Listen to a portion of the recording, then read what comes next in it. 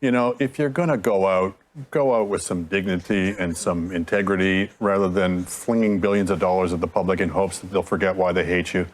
Canada has become unrecognizable. Welcome back to Moose and Loose. My name's David. Today's top stories. We've got more cringe shots of Justin Trudeau at the Taylor Swift concert. We've got Trudeau getting absolutely destroyed on the CBC of all places. Justin also gets humiliated by Americans. We've got an update on the Montreal situation where the terror lords absolutely wreaked havoc in the streets, which does result in some karma and a positive resolution. Let's jump into this. So first off, we got some more cringe shots of Justin Trudeau. This one actually shows Sophie Trudeau is right next to him. So there's Justin there, there's Sophie. Take a look. Okay, we're gonna mute that, but there they are. What a loving couple going through their divorce, just cheering it on the Taylor Swift concert. This is so cringe. How many of our tax dollars did he spend on his family? These tickets are expensive. I was looking at them. $6,000, $8,000 for down where Trudeau's at. Like, really pricey. This gets even more cringe. It says bro caught completing side quests. What is Justin Trudeau doing here, guys? Hello?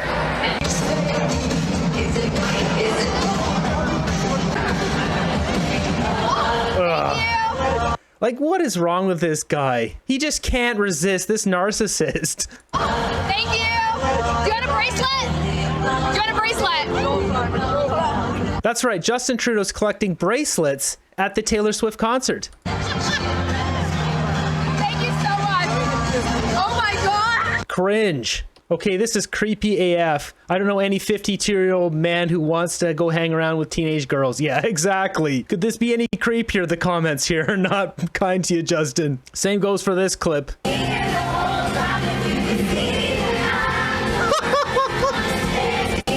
I gotta mute that, but I mean, look at this guy bouncing around like an idiot. Oh, geez. This is cringe. This is so bad. Meanwhile, Montreal's burning. That's what this guy's up to. Just when you think he couldn't get any creepier. In other news, we've got America making fun of Justin Trudeau and humiliating him, calling him Little Justin. So to any ally, Canada, Britain, Germany, France, if you try to help the ICC, we're going to sanction you. Well, that means I want every ally, and you saw little Justin in Canada and his position. What should the penalty be? We should crush your economy because we're next. Why can't? So to any ally. And we've also got this one. Vasi Capello's here talking with Republican Mike Turner, chairman of the U.S. House Intelligence Committee, claims Justin Trudeau, not Donald Trump, is the greatest threat to NATO. Last month, you wrote an op-ed in Newsweek, the headline of which certainly garnered a lot of reaction here in Canada. Trudeau, you wrote, not Trump, is the greatest threat to NATO. Why do you believe that? Well, I think, you really couched it in terms of, the issue here is that when NATO came together at the Wales summit and agreed that all countries would aspire and reach a 2% commitment of defense spending, it was an agreement. It wasn't a policy debate. It wasn't something for them to go back to and decide later whether or not they would do. It was an agreement. And the countries that have failed to do so have not reached really their obligation to the other countries in the alliance. America's not happy that Justin Trudeau hasn't put forward enough military spending in Canada. He's too busy flushing it off in stupid projects or things that's not helpful to Canada around the world. Let's just pull up one for fun. So back to my trusty list here. So yesterday I pulled one off page 11. Let's try page 13 here. How about this one? $47.5 million. Our tax dollars went to, drumroll please, the Blue Orchard Latin America Caribbean Gender Diversity and Inclusion Fund aims to increase the financial resilience of women, Indigenous populations, and people of African descent, as well as to support their material well-being and growth of their businesses. To accomplish, so this is a fund in Latin American and Caribbean. Thanks, Trudeau. Thanks for nothing. Jumping ahead here, we've got the first case of monkeypox of the more dangerous strain in Manitoba. Here at home, health officials in Manitoba believe they have detected Canada's first case of the most severe strain of Mpox. The province says it was found in a traveler who was diagnosed shortly after returning from a trip. Health officials say the case is associated with the current outbreak of Clade 1 Mpox in Central and Eastern Africa. Clade 1 is a more severe strain with high transmission rates. Officials say the infected individual is isolating and the case is being investigated, which includes contact tracing, and that the overall risk to the public is low. Does that mean we all lose our jobs again? We're going to destroy our economy again? What's the plan here? Next up, we've got a bunch of updates here on this GST Trudeau Madness. You know, the guy's cutting the GST December 14th after people have already bought their Christmas gifts, after people have bought the Christmas trees, and essentially just giving a tax break to his wealthy friends to go out for dinner. But anyways, we've got numerous people weighing in on this. Jagmeet's brother. Trudeau gets ripped on the CBC of all places. Let's check this out.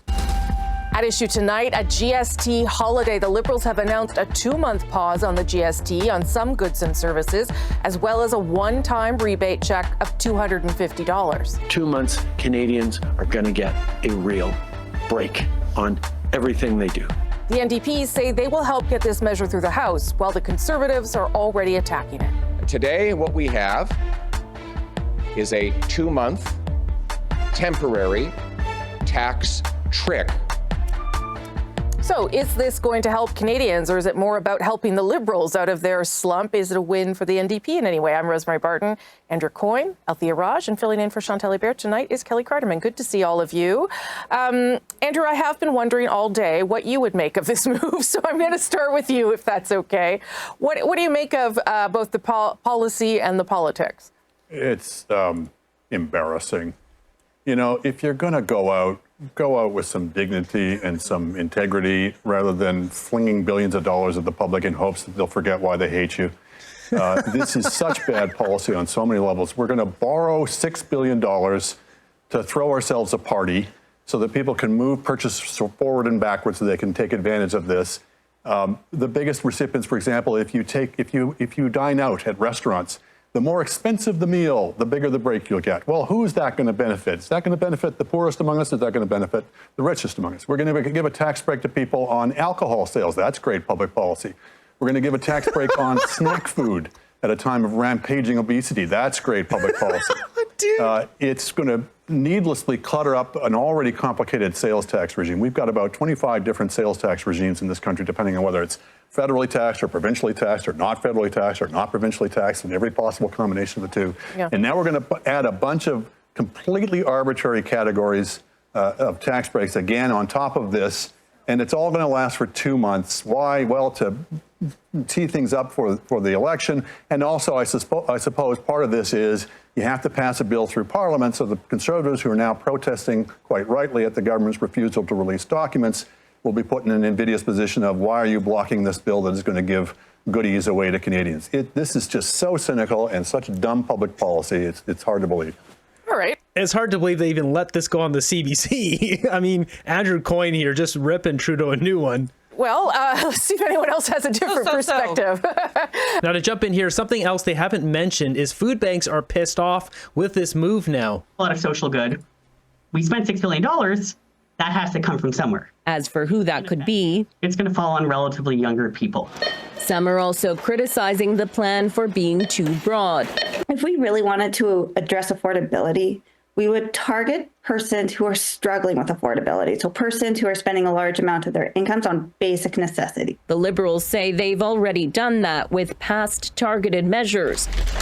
But for Canadians who visit this food bank, a GST holiday may not make much of a difference. It's almost insulting to us, to be totally honest.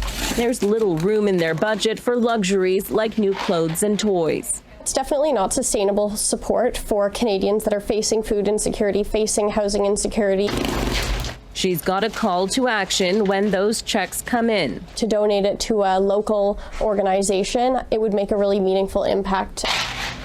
Asking those who are more fortunate to pay it forward. Yeah, unfortunately, Justin Trudeau doesn't care about Canadians going to food banks. He doesn't care about the state of our country. He only cares about himself. This is just sad, though, to see the look in her eyes here talking about this. You can genuinely tell, like, they really need the money, need the support, but you know, Trudeau just wants to stay in power. He thinks this is going to somehow win him an election. So jumping over to another CBC panel here, they're talking about this further. Listen to this. Look, we always like tax cuts, but the issue is we don't quite know what this is going to look like. They put out these random products in there, like this is going to cut this, but not this. And again, like Christmas trees was a part of it, which is mostly a cash business. But December 14th. Curious information. Right? But December 14th, like 10 days before Christmas, is when these are supposed to come in. This feels like it was written on the back of a napkin over the weekend after they read what the NDP did last week. Yeah, I mean, I just bought a freaking Christmas tree, and I missed out. I mean, I like to put mine up early. I think December 14th or 15th is like a little late for me in the season, Mel. I don't know. What do you think? Is this a good piece of public policy, or is it a populist trick? Right. So maybe I'll say I think it's maybe a little bit of the trick on behalf of the Liberals, but I do think it's good policy if they would have followed what the NDP had said that they wanted to do if they were elected. What I find just notice former communications director for the NDP. Really funny, or maybe that I want to point out, is since March 2022, every single one that the Liberal government has put forward, or every single policy measure that they've brought forward to make people's lives better, is directly because of the NDP. They haven't done one thing, including, what they announced this week, that wasn't pushed by the NDP, that wasn't proposed by the NDP, that wasn't, put on the table by the NDP. So if I'm the... She's doing a good job here pushing Jagmeet. It's not going to help him. All he cares about is that pension. Jumping over to CTV, we've got some more interesting takes here. First off from her. I think that there are some items on this long laundry list that are true essentials that never should have had tax on them to begin with, and that those should actually become permanent changes. I think that there are certainly elements here that are worth working with for this bill. But ultimately, this is a $6 billion, it's a ploy by the federal government to get out of the debate that they are locked in, to try to get control back over the House. And they're spending $6 billion in order to do it. Now, the NDP, to their credit, have outsmarted them and are proposing instead to do a unanimous consent motion so that you just have one day to pass this bill and then go back to debating the green slush fund. I think that's the smart way forward. But ultimately, the reason why we're in this mess is because the Liberals have put us in an affordability crisis. And they have no real plan to make life more affordable for Canadians, because 45 days after this tax holiday ends in February, come April, your taxes are going to go up again. The carbon tax is going up 19% in April. The taxes on alcohol are going up again. They have no plan to reduce those. Yeah, that's a good take there. So basically the $6 billion, Trudeau's just paying $6 billion to try to improve his ratings and further destroy our country. It's unbelievable. Next up, let's hear what Jagmeet's brother down here has to say. Go to 10. I've got 2 minutes left, so I'm going to try and split it between you and Sabrina. Do you think, or I should ask, what do you think of what the Prime Minister said today, that he basically shamed the NDP and saying that he's shocked that that party isn't trying to do more to help Canadians, but is going along with the Conservatives in extending this filibuster in the House? Well, I would say we should look at the Liberals' own ads that they're running. And if we see those ads that have been released recently, the main factors that they're focusing on are pharmacare and dental care. And I can imagine they'll be adding this GST rebate to it as well. And ultimately, we know that these are all issues that the NDP pushed the Liberals to adopt. So any win, any conclusive win that has been achieved for Canadians right now has resulted because the NDP has pushed the Liberals to do so. And it's clear that the NDP is not taking marching orders from Pierre Poilievre or the Conservatives in any way, shape, or form.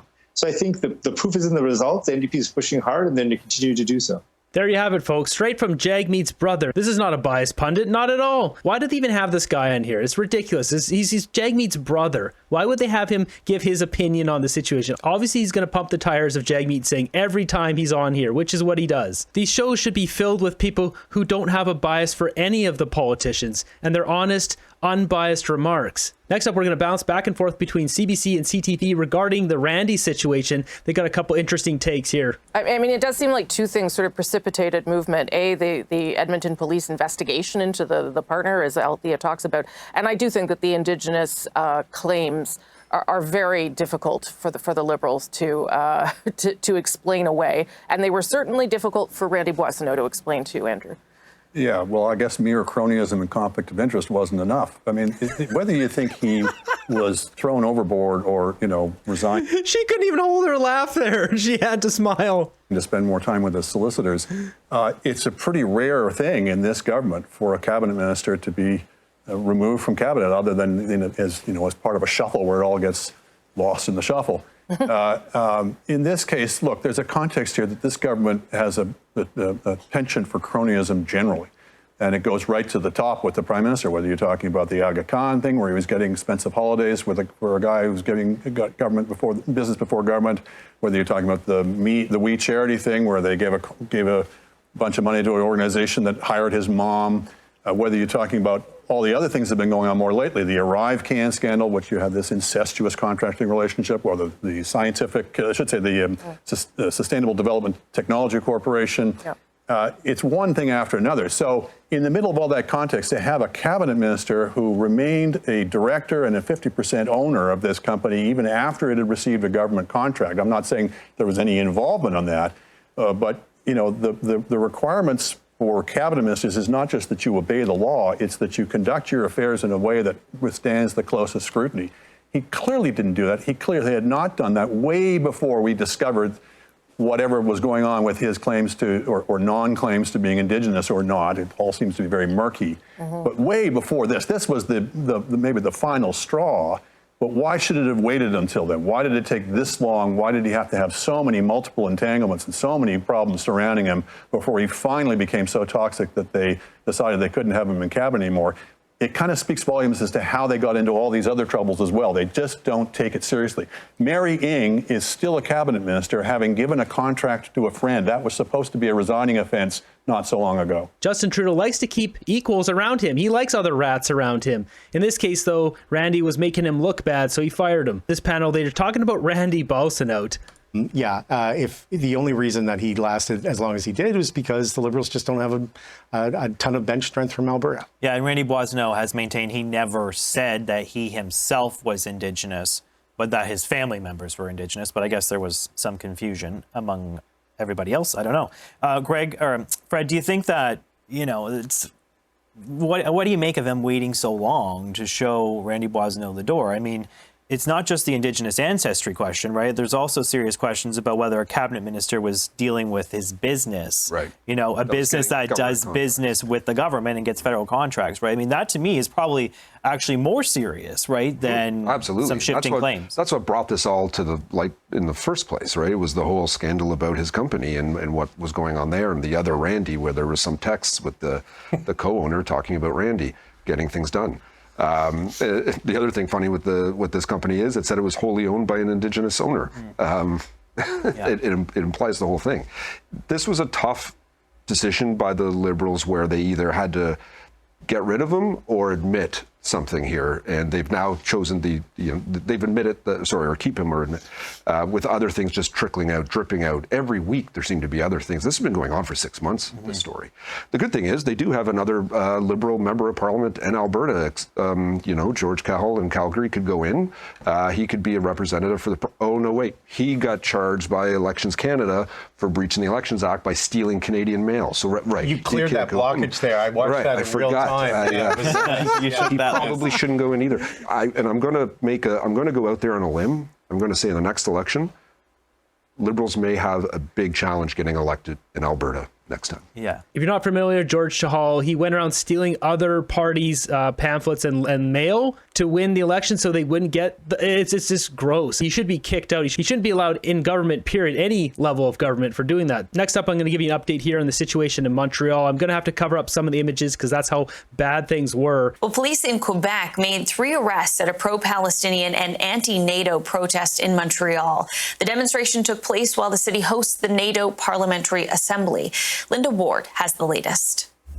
We know these are pro-Palestinian protesters acting in solidarity with those in Gaza, acting against NATO, mainly students. A number of protest groups have been named in this. NATO, they say in interviews that they've been doing from the crowd there, they say is complicit in supporting Israel's war on Gaza. This as 300 delegates from NATO countries are in Montreal for meetings for the NATO Parliamentary Assembly. This protest last night, though, turned violent quite quickly. Montreal police say demonstrators were throwing objects at police, lighting vehicles on fire, breaking windows. Around 4:30 p.m., we have a map we can show you just how they started moving through the streets of Montreal. The crowd gathering at Place Émilie Gamelin. Around 5 o'clock, the group met another demonstration near Place des Arts, and then around 6 p.m., they began marching together. And this is when they say that they lit what appeared to be an effigy of Israeli Prime Minister Benjamin Netanyahu on fire. They were throwing smoke bombs, metal barriers were being torn down and thrown into the road. Fireworks were set off in the street. They were smashing the windows of businesses as well as the windows of the Palais des Congrès, where the NATO meeting is taking place, the convention center there in Montreal. And police say that several police officers were assaulted during these protests. At about 6:40, they used what they call chemical irritants and other techniques to disperse the crowd. Vehicles were then lit on fire. About 7 o'clock, the whole crowd was dispersed. But that is when police said that they made 3 arrests, some for assaulting those police officers, as I mentioned, and others for allegedly obstructing police work. Okay. So 3 arrests out of all of that 3. You know, Canada's got a lot of garbage on the sides of highways that needs to be cleaned up. Put them to work. Put them in jail, lock them up, shackle them, get them out there cleaning up the trash, get them cleaning the sewers. These people should be put to work, hard work. Instead, they just run free, destroying everything. And Trudeau doesn't care. He's too busy dancing at Taylor Swift's concert. Now, there's a silver lining to this whole situation, and that's this here. We've got Second Cup Cafe. They found out that, well, it says here last night, our franchisee at the Jewish General Hospital was filmed making hateful remarks and gestures. Second Cup has zero tolerance for hate speech, and in coordination with the hospital, we've shut down the franchisee's cafe and are terminating their agreement. The franchisee's actions are not only a breach of our franchisee agreement, but they also violate the values of inclusion and community we stand for at Second Cup. Big thumbs up to Second Cup standing up against this garbage, and we've got it here. This is the lady here who her and her family owned that Second Cup location, and they no longer do. So congratulations to destroying your own business. There are consequences to your actions. She's not charged with hate crimes and expelled or imprisoned, then there's no justice. I can't wait for her tears. Now, but everybody group, let's check out some memes. The Ultimate Newcomer Contest in Canada. New to Canada in the past 5 years, enjoy our special offers and opportunity tailored for you. Win $20,000 from CIBC, a year's supply of groceries. Oh, that's not nice. I have a feeling there's going to be a swift decline in the amount of Canadians using CIBC for their banking services. This is getting posted, you see multiple times in here. Canadians not happy. Vladimir Putin claims Canada and America are pushing the world into global conflict. Have you looked into JT at Diddy's parties? I have seen the videos on that. No comment until Diddy releases the tapes, says the words himself. No comment. Chrystia Freeland announces Canada will be handing over another $5 billion to Ukraine, bringing total donations to nearly $20 billion since 2022. You'll need to spend $1,000 to save $50 of GST. Yeah, basically. Jack in the box. Feds want $411 million to cover refugee health care as the number of new arrivals soars. Get out of here with this. Maple Leaf Prime chicken cut from Canadian beef. What the hell kind of cows they have in Canada? That's where we're going to wrap up this one. Pretty odd to see CBC allowing Andrew Coyne there just to go off on Trudeau, just rip him apart. Is CBC trying to win back some favors, trying to pretend they actually care about Canadians while still taking those big briefcases full of cash from Trudeau? Who knows? They've already lost our trust. that network is done. I don't think they're going to recover. After Poilievre gets in, that network is game over. Should be an interesting week coming up, seeing what Jagmeet does, trying to play both sides, seeing if he can toe the line and get more support, puff out his chest, say when he's prime minister, he's basically using this opportunity to screw Trudeau. I wouldn't be surprised to see if Trudeau's support drops a couple percentages and Jagmeet picks that up, or maybe that just goes over to the Conservatives. One thing's for sure, it seems a lot of people, once they get those $250 checks, will be sending those directly over to the Conservative Party of Canada to bring back the dream of what this country once was.